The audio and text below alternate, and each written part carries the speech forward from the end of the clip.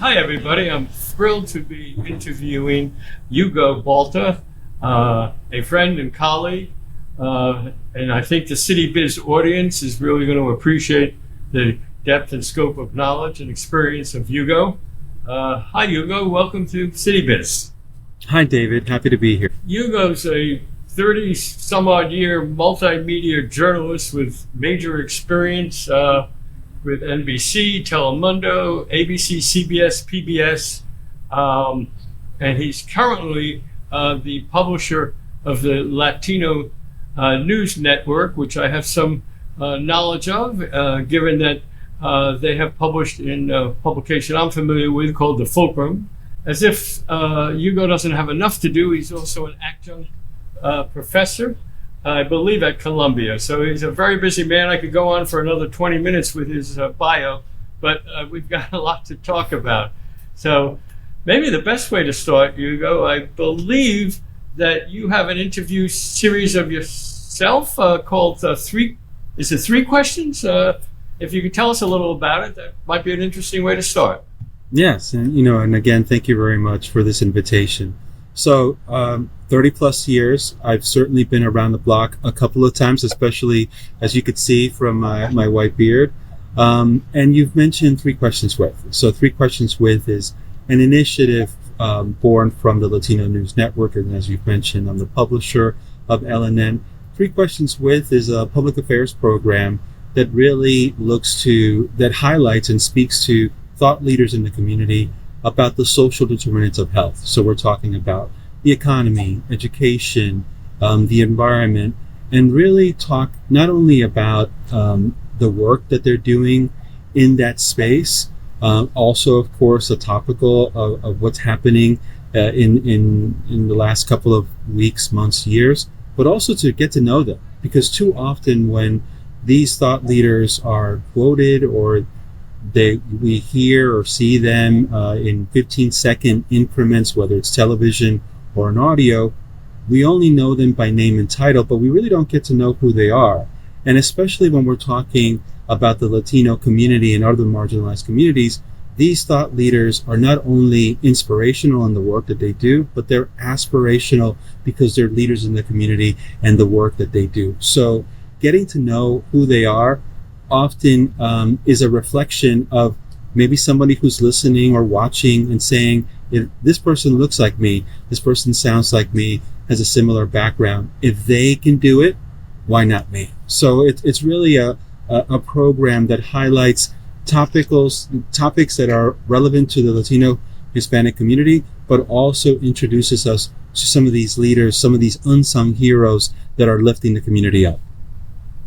Well, I've listened to several of them, and they certainly are unsung heroes. And the work you do to give voice to so many talented, inspirational leaders who, for some reason, the mainstream media aren't heard enough is a true pleasure. So thank you for doing that. And piggybacking on that, in terms of giving voice to those in the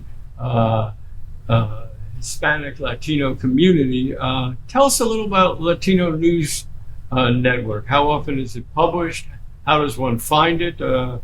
And what are the major areas that you cover in LNN? Yeah, thank you. The Latino News Network is made up of 7 independent, local, multi-platform news sites across the United States, and it also has its own national website. So you could find us by going to latinonewsnetwork.com, and then from there you will be able to find the 7 other individual sites. And we have our flagship is Connecticut Latino News.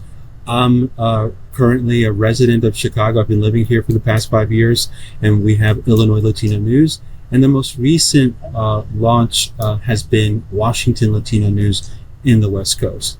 All of them are built on the foundation of 4 pillars. The first one is self-evident given our title Latino, and that is to give greater voice and visibility to the Latino community. And a lot of that is driven by the absence of Latinos in newsrooms and how that has an effect in the absence of Latinos in news coverage, or the one-dimensional news coverage that we often see in mainstream media because of a lack of representation in newsrooms.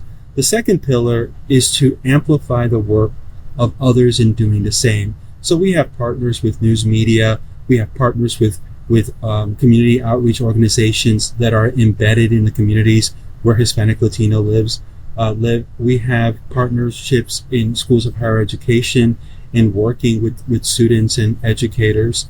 And again, it's about amplifying the work that they do that intersects with our mission. The third pillar, which stems from the second, is really providing students with mentoring and real-world opportunities through paid internships with the Latino News Network and that stems from my work with the National Association of Hispanic Journalists, of which I've been very fortunate to be president of that organization twice. And a lot of the work that NAHJ does is in building the future of journalism by working with students and educators. And then lastly, it is applying the principles of solutions journalism to our investigative reporting. LNN and me personally have been the benefactors of several fellowships with Solutions Journalism Network. I'm an accredited solutions journalism trainer, and I've also worked with the Knight Foundation for Journalism in the Americas in producing trainings, online trainings that have reached more than 40 countries and more than 3,000, 4,000 attendees. And I'm really happy and again, grateful to have those opportunities. Well, I do have some knowledge of solutions journalism, I guess. So sort of intuitively, I hope that's my approach to journalism and the little writing that I do, that so many people today are preaching to the choir, are using rhetoric, and really don't understand the deep nuance and complications and data that's needed to find the solutions to the extremely complex problems facing our country.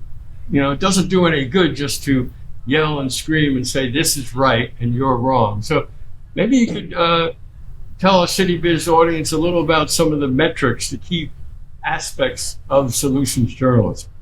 Yeah, look, Solutions Journalism Network and solutions journalism is really the answer to what studies have shown over and over again.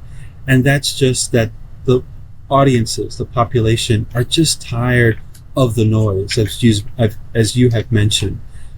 You've mentioned I've worked at NBC, ABC, CBS, Telemundo. With all due respect, and I think all of them and other news outlets that I've worked for do excellent work.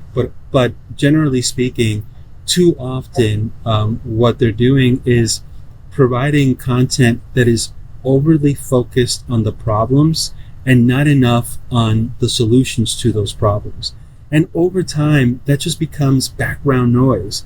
I mentioned I lived in Chicago, and Chicago, unfortunately, is struggling with gun violence, and that's something that has been a known fact. But that's all too often.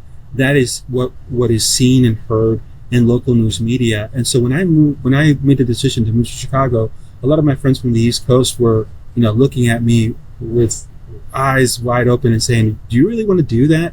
Isn't it really violent in Chicago?" And clearly, of course, there's an issue with gun violence, but not enough is said about how the community is working with government and working with other organizations in solving those problems. So solutions journalism is this alternative that says it's not about telling positive stories or feel-good stories. It's really about integrating what's best about journalism, and that's rigorous reporting and investigating the responses, right? Not just the ideas that we often hear from politicos and others and promises made during campaigns, but the responses, because we can measure responses. And so by applying the 4 pillars of solutions journalism, first, the responses, looking at insights about those responses and the social problem, and also looking at the evidence of whether that response is working or not working, then we can look at evaluating how successful or not a response is. And then finally, of course, the limitations, because even when responses are not working, there's a lot that you can learn from what isn't working. So what solutions journalism proposes is give the audience the full picture of a situation when you're talking about a problem, and not just a problem. Because I'll tell you, you can turn on any local news program, whether it's television or radio, or pick up any newspaper or look to any website, and you will be inundated with problems, especially here in Chicago when it comes to gun violence. But it falls short in talking about, well, what's being done about it? And that's what the public is looking for. Tell us, of course, what the problem is, but now tell us what's being done about it.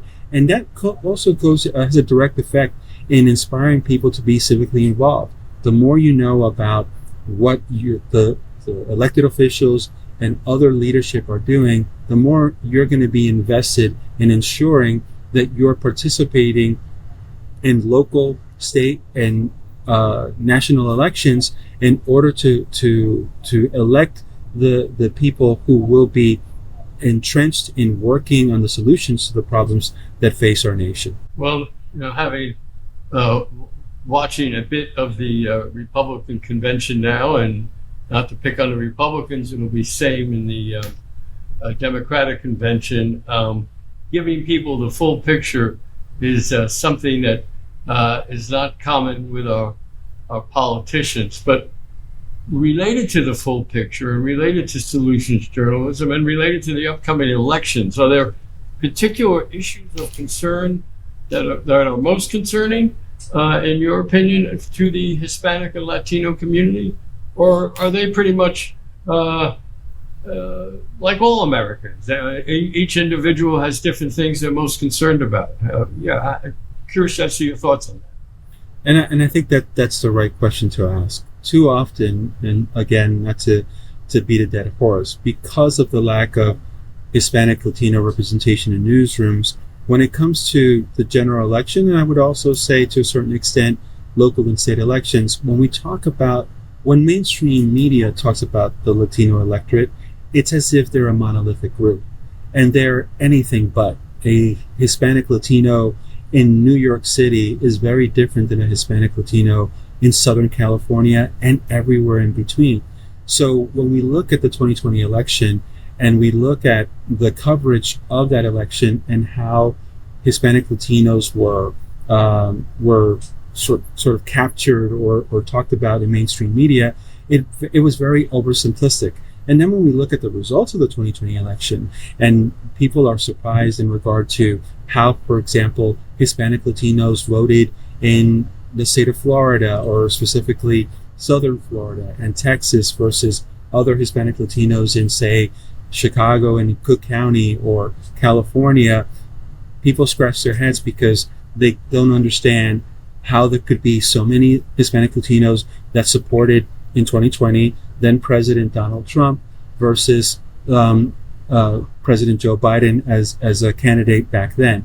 So I think for when we peel the onion in regard to what is driving the Hispanic Latino electorate to vote, it is very similar to what's driving all voters to vote.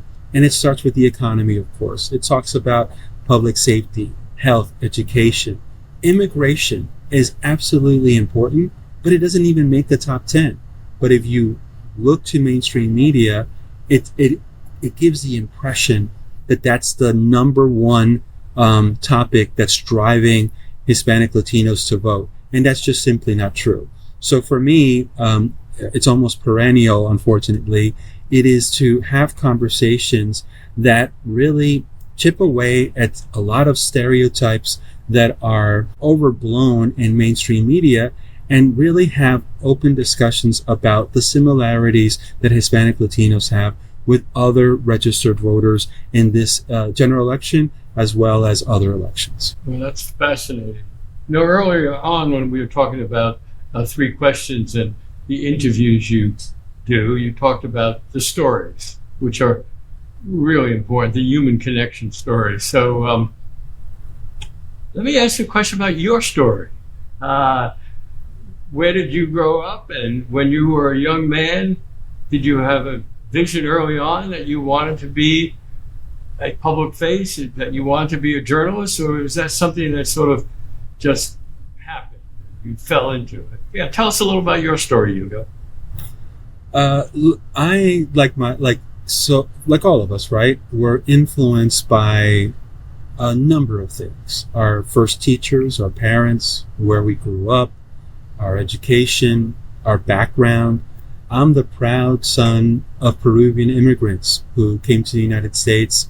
My mother when she was 18, my father when he was 21. At an age when a lot of young people in our country are graduating high school and thinking about higher education, they were thinking about coming to a country where they didn't know the language, didn't know the culture, because of the need that they had and their families had. And that had a huge influence on me because I grew up seeing them and how they gravitated to media, not only to learn about their adopted country, but also to keep ties to their home country of Peru. So media was very important, both as a bridge builder to the United States, but also where my roots are in Peru, in English and in Spanish. Like so many children of immigrants, I remember being 9, 10 years old and going with my mother to the grocery store, to the post office, to the bank, and being that bridge of translating for my mother and vice versa. And often, of course, being a young person, I didn't understand what I was translating, but I did understand the power of connecting to people who were separated by language. So and then lastly, my father would, as one of the first Peruvians, and I grew up in northern New Jersey, Paterson, New Jersey, right outside New York City, which is there's a large number of Peruvian immigrants that came to Paterson, largely like all other immigrants because of factory work. My father, his whole life, worked in the assembly line for Ford Motor Company. My mother worked many different jobs, including sweatshops in New Jersey, sewing clothes. I would go with her to clean offices, clean homes, so multiple jobs. You know, these are two people that certainly, especially my father, I did not see often. You know, I would wake up to go to school, and he would already have been gone on his first job, and by the time I went to bed and he came back from his second job, you know, I was already asleep. But my father would go to the airport, and I would go with him to pick up strangers from his neighborhood, and he would help them find temporary housing, temporary work. So media and investing in the community was very powerful for me growing up, and understanding as a young person that I was different because I would speak a different language than other kids when I would go to school. We would eat different foods. I certainly am very much 100% American and 100% Peruvian. And communications and media was something very powerful and influential. So as I came up, I certainly understood the power of messaging and communication, and that being a tool for good as well as for misinformation. And I saw the need to continue to be that bridge in the work that I did as a journalist, both in Spanish language and in English language. And that's shaped my entire life. I think everything that I'm a part of as a communicator, as an educator, all goes back to growing up in Paterson, New Jersey, and being the parents of Peruvian immigrants. Well, that's a powerful story indeed, and hopefully inspiring, especially if there are younger people listening to this, that they can be inspired that with hard work and clear thinking, we all can make an impact. And which leads me to another thought. And I run into this problem all the time because my life is devoted to reforming and improving our democracy, creating a healthy self-governance. I so strongly believe in democracy, but so many people tell me I'm wasting my time, that nothing can ever change. and they just want to go on with their lives and not think about it. Do you have any words of wisdom, perhaps mostly for young people, to give them hope that they can make a difference, not necessarily just as a politician, but as a community leader, as being civically engaged? Do you have any thoughts to the younger people so that they will understand that it's up to each and every one of us to try to make an impact, that democracy is not a spectator sport, and for us to succeed, they have to become involved? Yeah, look, I agree with you 100%. It is sometimes difficult because it feels so overwhelming, especially when we gravitate to mainstream media in regard to what's happening in our country. And as I've mentioned before, media unfortunately adds to the existing divide that we have seen in our country, especially in the last, I'd say, 8 years, since 2016 and the election of Donald Trump. Now, I'm not advocating for Republicans or Democrats. I am very open and transparent about my political views, and I say to people, depending on the room, people often categorize me as either a conservative liberal or a liberal conservative. I am an independent voter who has voted both for Republicans and Democrats. So I advocate for participation. What's most important for me is for people to participate in local, state, and national elections. That's the most important. And too often, young people feel disillusioned and they feel like their vote doesn't count and they don't participate. But not participating, there's a default, because then that means someone else is deciding for you. But in regard to feeling overwhelmed, the first step to take in participating in our democracy and becoming civically engaged is to look at what's in front of you. Participate in your own neighborhood. Perhaps it's working with other organizations to help, pick up garbage in your local parks. Perhaps it's in being involved in your children's education and being part of those committees in your schools that make real decisions about the education of your children, including deciding budgets and getting resources. Learn more about the need to of the different positions in local and state government, because those are the keys to getting resources for your community. So I think the first step is just to look what's in front of you. Don't worry about what's happening at this stage, because it is overwhelming. If you just narrow it down, if you just focus on what's in front of you, if you take that first step and take the time to educate yourself, that's the first step to larger work and larger understanding.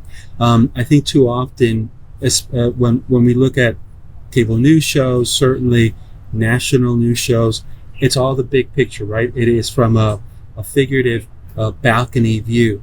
But if you focus on local, and that's why local news is so important, and you start to look at what's happening in your neighborhood, that's more of a chewable size, so to speak, in regards to the larger piece of the pie, or the larger pie. Well, we're running out of time. I do want to thank you so much, Hugo. It's been a rare pleasure. I encourage our audience, everyone, to go to the Latino News Network.